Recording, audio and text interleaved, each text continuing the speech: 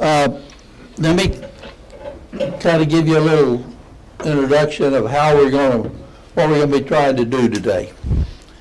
We started in last week on what I've labeled Lesson 5. It's what is worldview, and we've got nearly through with it. I hope to finish it up today and then get into the lesson, which is Lesson 6, or one of the so what lessons.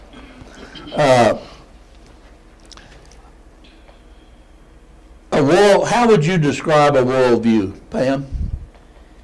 Well, it would be encompassing a lot of your view on science and history and the beginnings of things and how people relate to one another. It's all based on your foundational, in our case, God made. But in lots of other people's cases, things just happen. We went over 5 foundational questions that your worldview gives you the answers to. And you remember what those questions were? Okay. Yeah.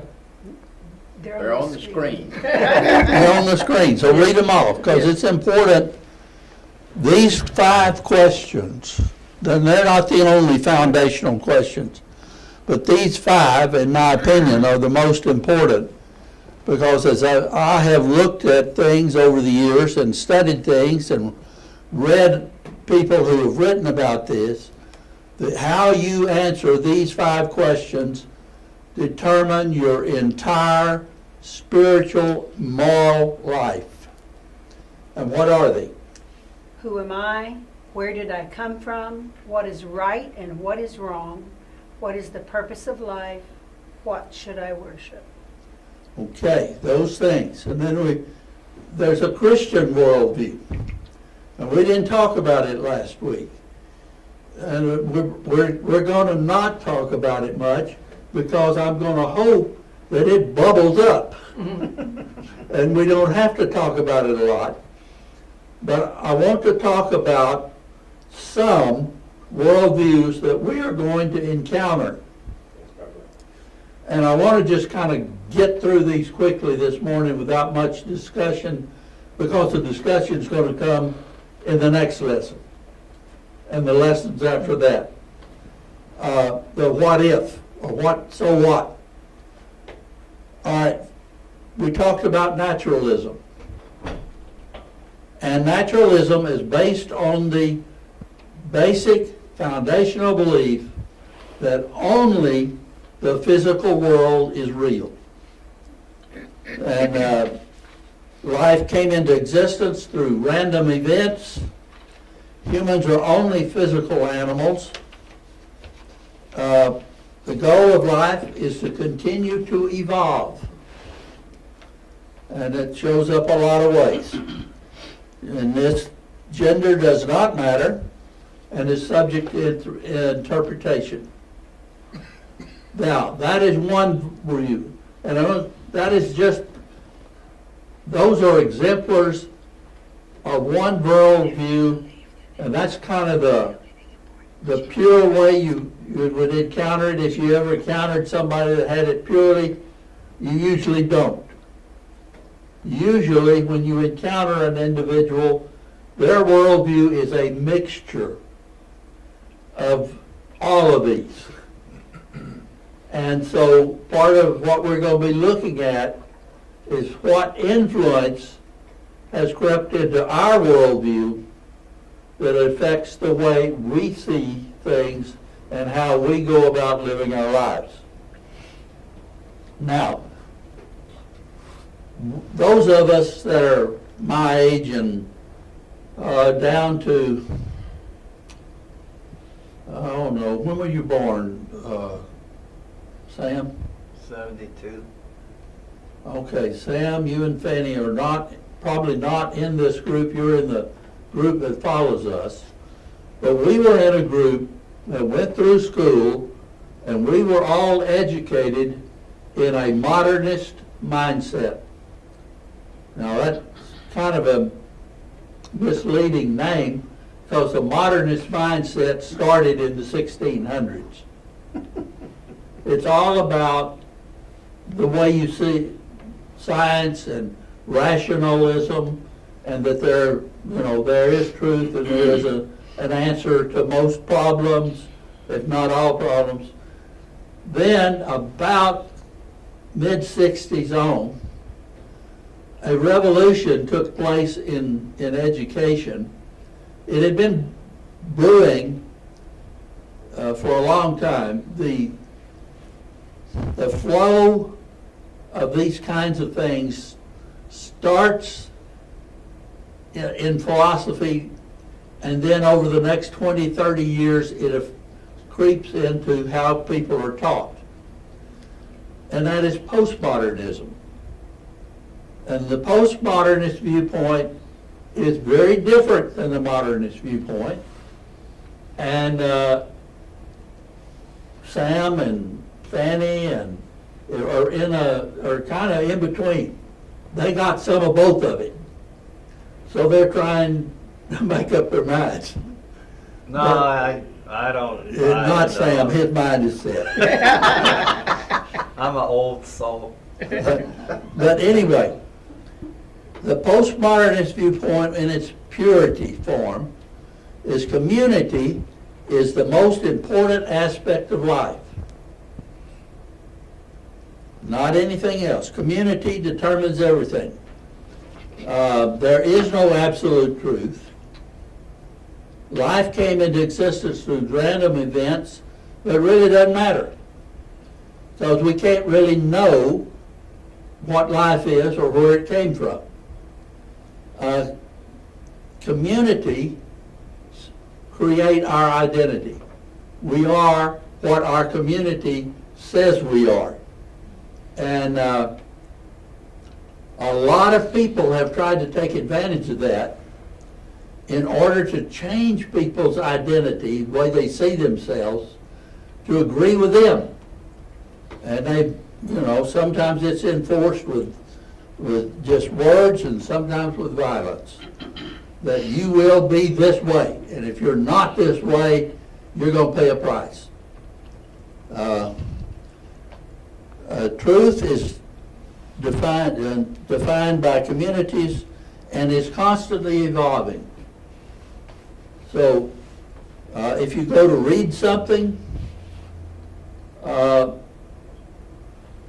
you can't really say what it means, because what the person who wrote it said may not be the same thing you mean when you read it. And that's just quite all right. So it's whatever you and your community define it to be. Then another viewpoint that we run into, and another worldview we run into, is what I've called New Spiritualism. In an older world, this was called pantheism. And it essentially is that everything is spirit. Rocks and trees and people and whatever, everything is a spirit, and everything has a spirit. And a spirit is an encapsulated bit of spiritual energy. So, and life came into existence probably through random events, but life is eternal. It all just continues. It does not necessarily have a beginning or an end. It flows, and our physical bodies are only temporary and are of no real importance anyway. Is that reincarnation? Yes. Humans are only spiritual, and when you die, when spirits die, they simply go back into the pool of spiritual energy and then reoccur as something else. Well, this is Hinduism, isn't it? Hindus do practice a form of have a form of a spiritual worldview. Yeah. But they're not the only ones. Yeah. Not the most dangerous ones. as far as intellectual belief. I'm not talking about wars and that sort of thing.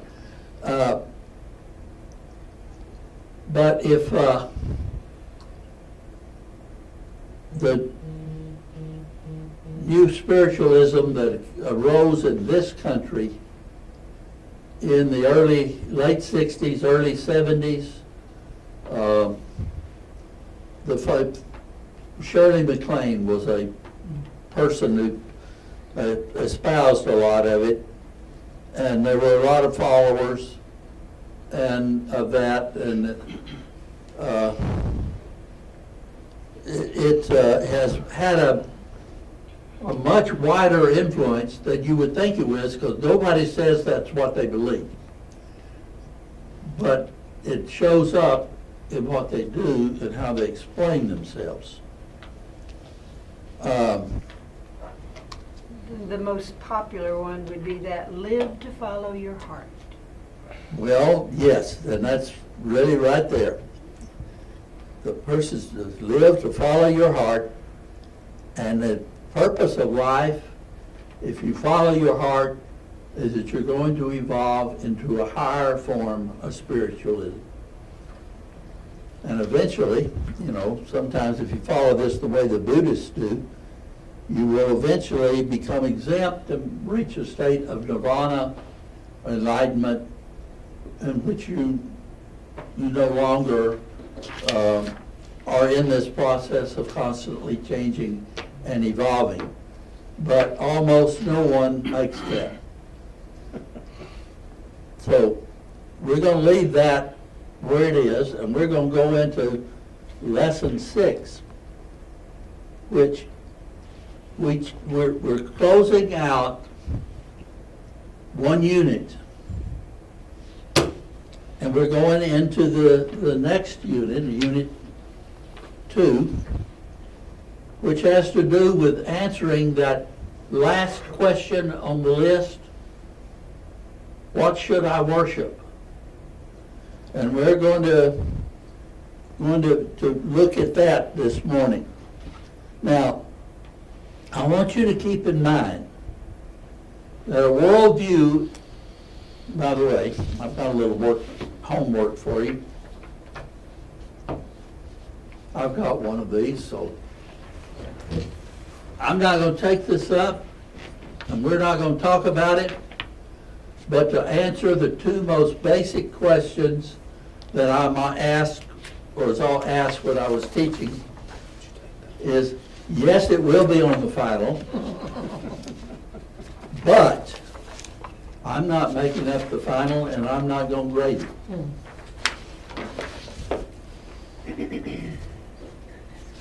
And I want you to take this home, and I want you to do this for yourself. I want you to be honest with yourself. And then just keep it. And maybe pray over it. And think about it. And why do I see this way?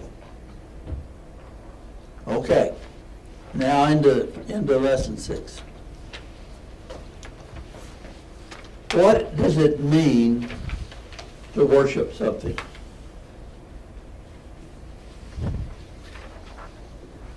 To value it highly is one way. To say that, but the way I defined it, and this is the slide we should be on, Brad, I Yeah. can't tell what we're on Yeah. without turning around. Yeah. Is to worship is to bow down.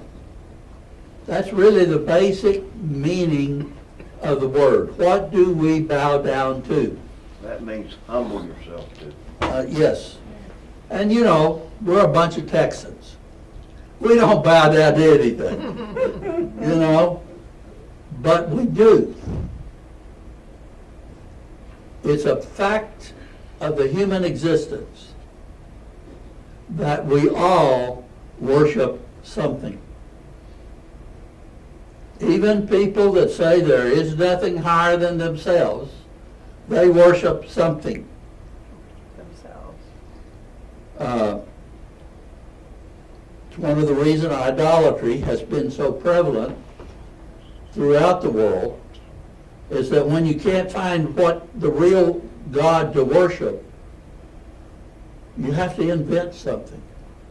You have to find something that is impressive enough that you worship it.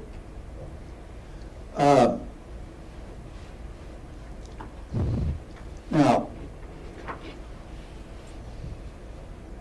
how do people show what's most important to them? How do they show what they worship? What they spend their time and money on. Yeah. All right, let's talk about that. That's right. I'm gonna agree with that. And that occurs in a lot of different ways. So give me some examples, I guess is what I'm saying.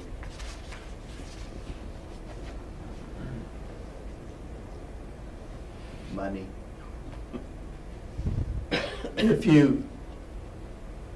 What did Jesus say?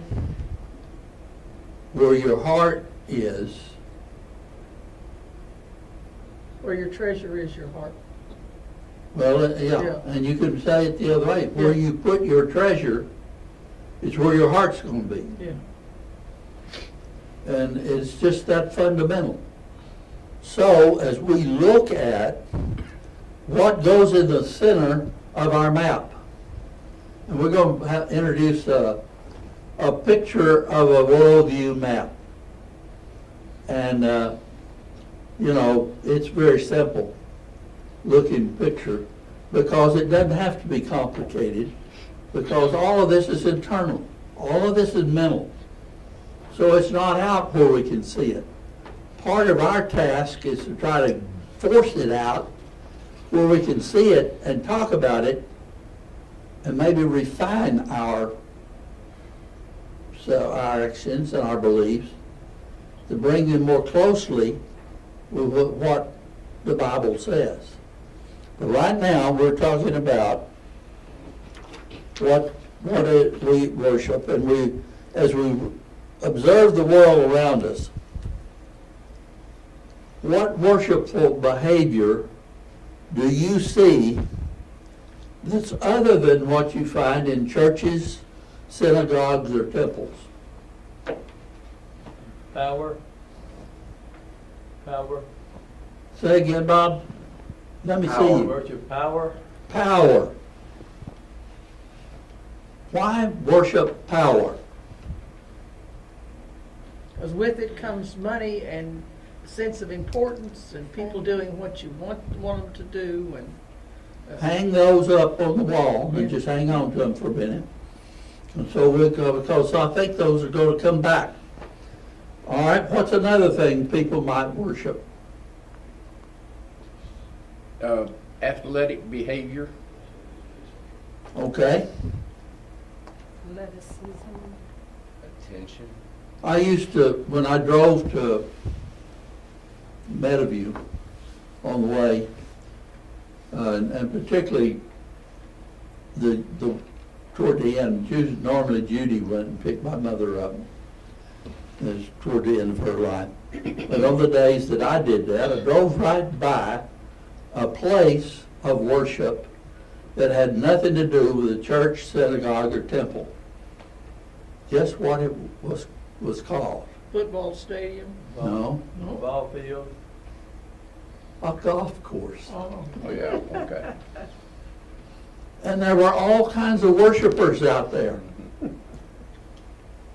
And if you ever studied what it takes to play golf and to become good at it, and I took a course at it one time and just noticed that it came down to whether or not I would do golf or whether I'd buy another camera. I decided golf didn't win out. Yeah. And so, but there's a lot of worship going on there.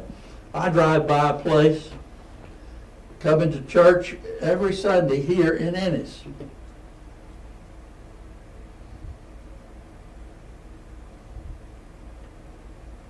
And it's a place of worship. At least I talk about it that way, and I guess it's the way it is. And I say they worship fleas. just to be funny and to try to, because guess what it is? The flea market. A flea market. And there are lots and lots of people out there. And I know about that because my mother and father were in the antique business for nearly 50 years. And the flea markets figured in their market. And finally, they after a little, they decided they just could not be a part of that on Sunday because that wasn't what they worshiped. And that meant they cut a lot of things out, but thankfully, their vendor base or their customer base was such that if they could go on Thursday and deal with the other dealers, their customers came to their shop to seek things out. Okay, let's move into how these worldviews might influence worship in our culture. Okay, look at our worldview. See how simple it is? Now, let's discuss let me see what I got down here. Holding some of the views might influence how we would answer the question, what should I worship? Let's talk about naturalism.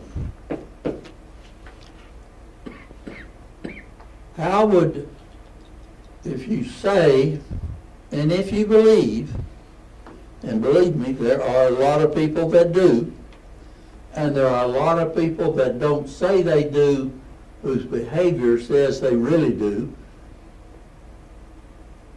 that only the physical is real.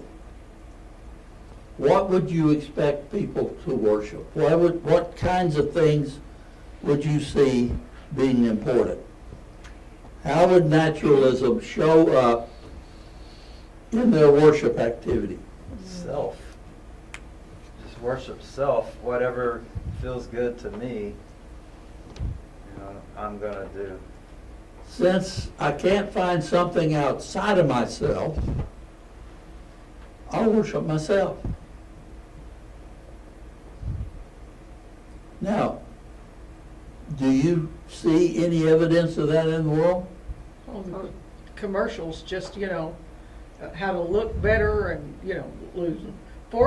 I would have guessed, a big portion of all the commercials are all about, looking better and appearing better and, that, Well, What all of feels these things to good make you is feel a desire to look as good as you can and to be as attractive as you can. Is that necessarily wrong? if you spend huge amounts of money and to accomplish that, I would think. When do you cross the line? When it becomes your focus. If it interferes with other functional things in your life, that's when you've gone over the line. All right, one of the things about naturalism is that you have to be able to see, hear, taste, touch, or whatever, the five senses. Feel. You have to be able to do that for it to be real. So what are people who have a strain of that, a line of that's crept into their worldview, what are they going to emphasize in worship? Experience. What else? Whatever you can hear, touch, smell, or taste. Things that calm fears, quiet fears. That's to be, so what you want to hear are messages that are all safe. You're great. You're good. you have nothing to worry about. Does that ever feel like that? And things that calm anxiety or bring pleasure or some other physical reward are going to be very important. Now let's go back. Let's go back to the time right after Joshua has passed away. Second generation after Joshua passed away, the elders that served with Joshua are all dead. And here you are. And you can maybe identify with this, Bob, but you're a farmer in this new land of Palestine. And over there is your neighbor, a Canaanite farmer. He's been here, his family's been farming this land for generations. So he already has an intuitive understanding of the moisture cycles and the weather and the types of soil and all of the things you have to know to produce a good crop. And his crops are consistently better than yours. And you look around and you start trying to see what's different between what I'm doing and what he's doing. Well, he goes up on this high place and he worships Asherah. He bows down before an Asherah pole and an image of Baal. Maybe that has something to do with it. So you decide to try it out. And then you get hooked into, well, that's very physically pleasant, or would be for most people, because it was a very immoral type of activity, very wild and open kind of a thing. Now come to our modern day, and you're working with young people. And you're talking about going to church and studying less out of the Bible. And over here at this other church, it's a lot more physical activity, a lot more, my friends are over there, a lot more things that feel good. How do you explain the difference, or how, or what's happening? How do you, one of the things I want you to focus on is, how do I talk with a young person and help them to refocus their attention so that their attention is on God and not on these basic feelings that arise naturally from our being in a world that's very naturalistic.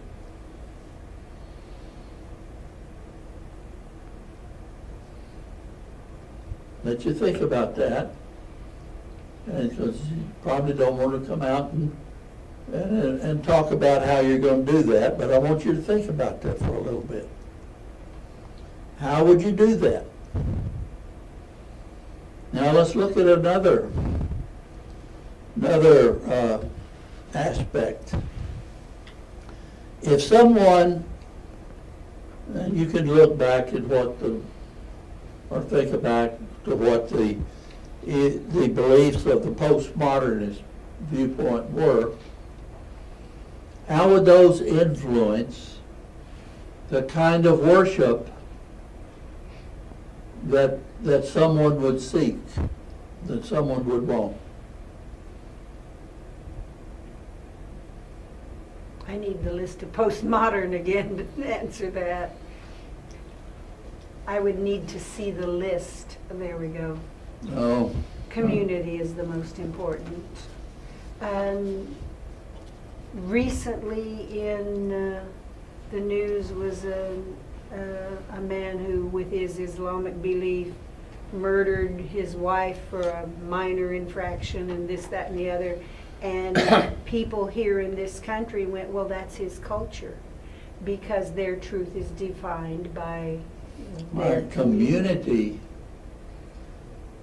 determines what you believe, defines what you believe. They define right and wrong. So, when you have a college professor who is teaching about Europe in the late 1930s, and he's talking about the atrocities that were carried out against many groups, not just the Jews, but the Jews were one. But the first group were the German Christians. And then all of these things were going on, and you run into, I can't condemn that because that was their culture.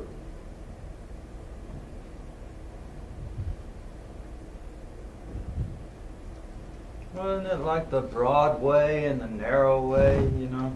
Well, the Broadway looks very attractive to someone who is following a person postmodern mindset or worldview.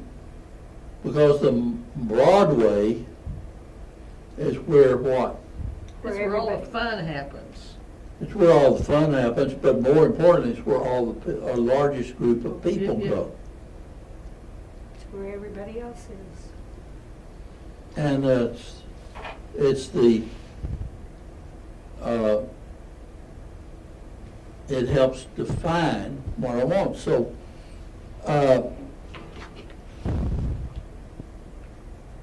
you could see things like, I want where the most people are. I want to go to the church that is most popular. I don't want to go to the small congregation over here where I can go to work and be productive in the kingdom. I want to go to this large congregation that is full of people, and I can let them determine what we're going to do. I don't have to take a stand.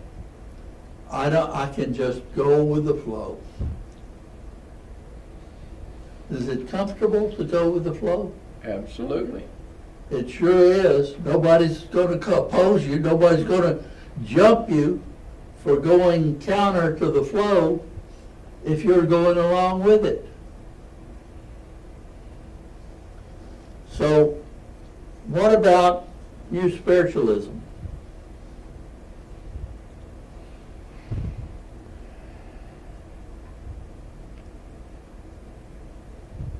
Is the church important? Is it necessary for worship? First time I ran into it, I didn't know that's what it was. We went to Wisconsin, leaving Abilene Christian, so it was like going to Mars, and culture, enormous. And one of the women that I work with said, well, something was said about going to church. Well, she said she was a blue domer. Or what? A blue domer. And I said, what is a blue domer?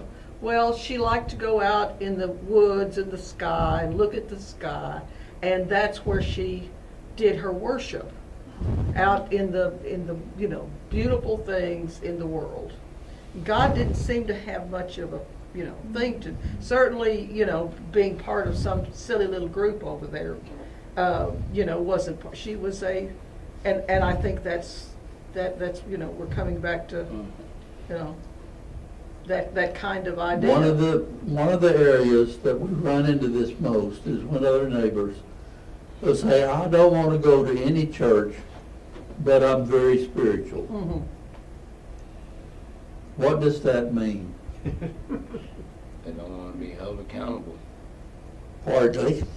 It means that, they, as far as they're concerned, they are a spirit, and They are a spirit, and if I am a spirit, what's another spirit got to tell me what I should do.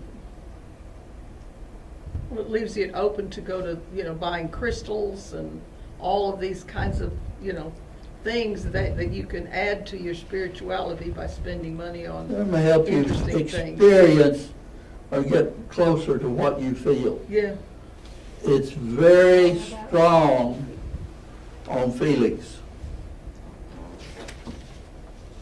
So, You see a lot of these Hollywood celebrities push that a lot.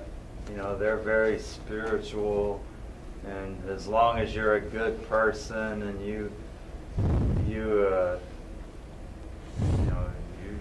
do good deeds and all this, that, and the other, then that makes you right with God. Or you'll go to a higher plane of existence and some other. and that you're free to determine what's right and what's wrong for you. Yeah. Okay. What is it that the Christian world viewpoint would have to say to that?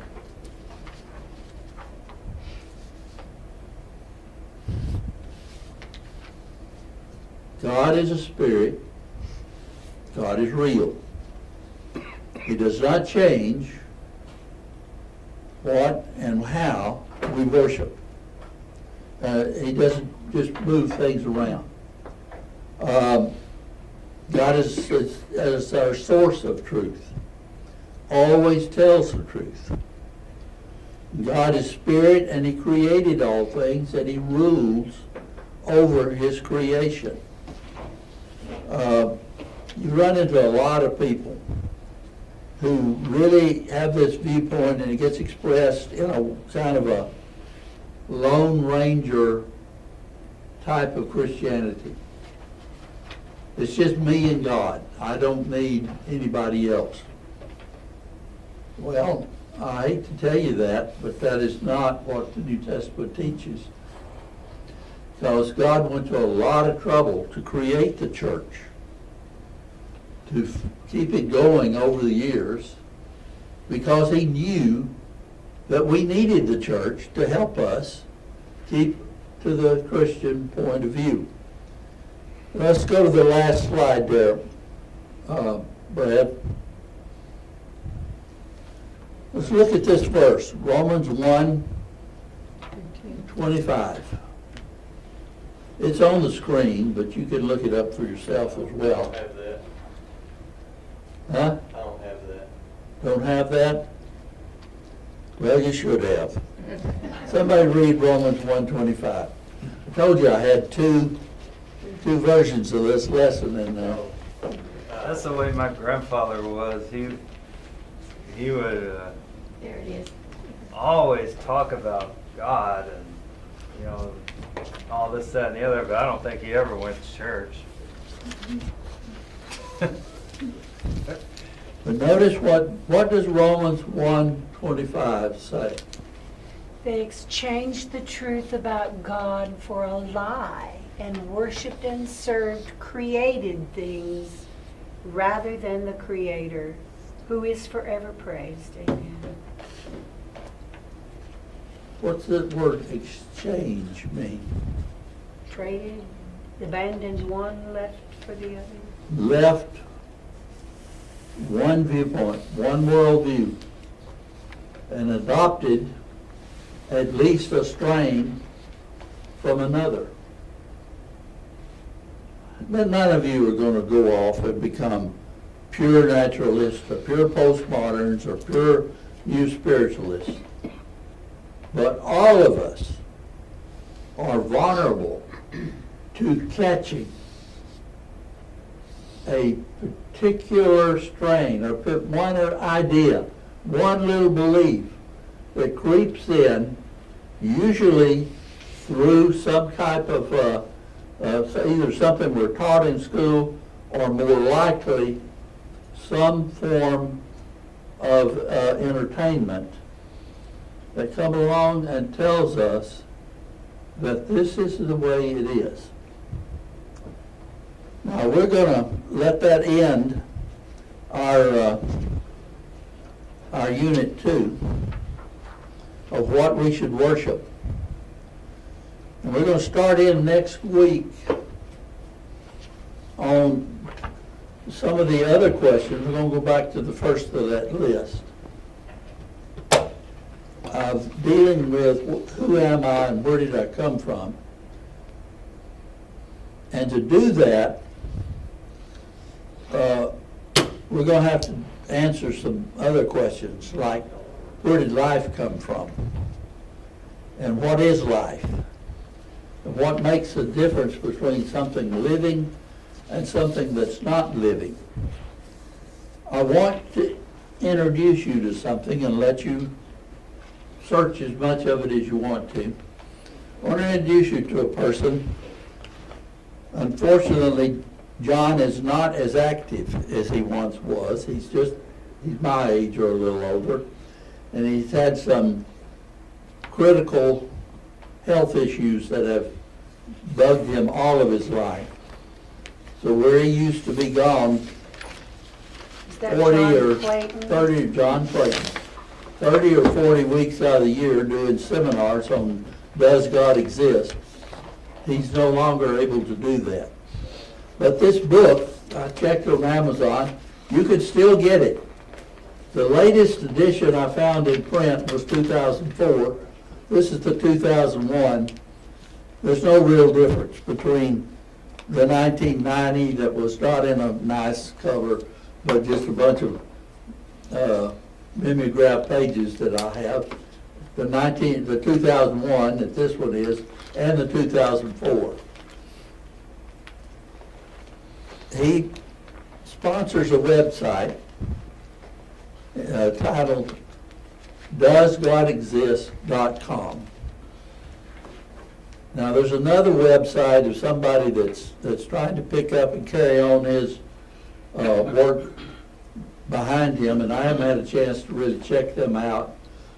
DoesGodExistToday.com. But I think it's somebody that respects his work and is really trying to support his work. But you can still buy the materials. You can get the information in print. There's a lot in here that I am not going to have time to go over about understanding where life came from and how it came into existence, or how the world, the cosmos, came into existence. But I got a little funny to tell you. You know, I told you that if you're a naturalist, it's going to show up. Well, one of the most blatant and pure naturalists that I have ever encountered, and I have not met him in person, but I've certainly met his work, is a guy named Carl Sagan. Yeah, He's deceased now. yeah. Billions and billions.